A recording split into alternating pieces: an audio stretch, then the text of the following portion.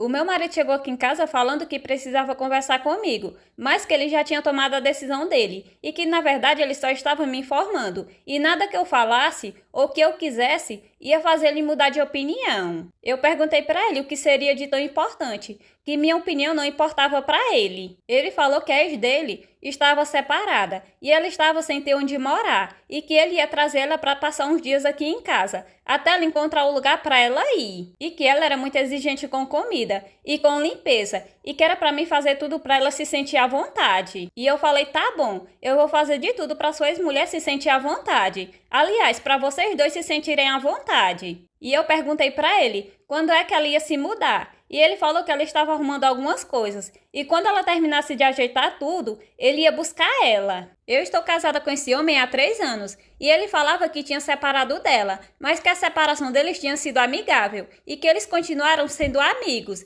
E eles sempre se falavam. Ele sempre ligava para ela. E ela sempre ligava para ele. Mas eu acho que ele esqueceu de informar para ela que a casa que ele morava era minha. Que ele está aqui praticamente encostado. Ele comprava um gás. E o resto da despesa toda ficava nas minhas costas. E eu acho que ele estava pensando que eu ia ficar sustentando ele e a ex dele dentro da minha casa. E ela é aquele tipo de pessoa adorável, que não perdia a oportunidade de falar dos momentos bons que eles passaram junto quando eram casados e que a amizade deles era verdadeira e que ninguém conseguia separar eles dois e que mesmo que o casamento não tivesse dado certo, mas a amizade era verdadeira. E eu ficava só olhando para a cara deles dois, só que eles não comentaram que o casamento era tão bom e a amizade era tão verdadeira que eles se separaram porque ela colocou uma bela gaia nele e foi morar com o rapaz do caso. E foi por isso que eles dois se separaram. Mas mesmo assim a amizade era verdadeira e o sentimento entre os dois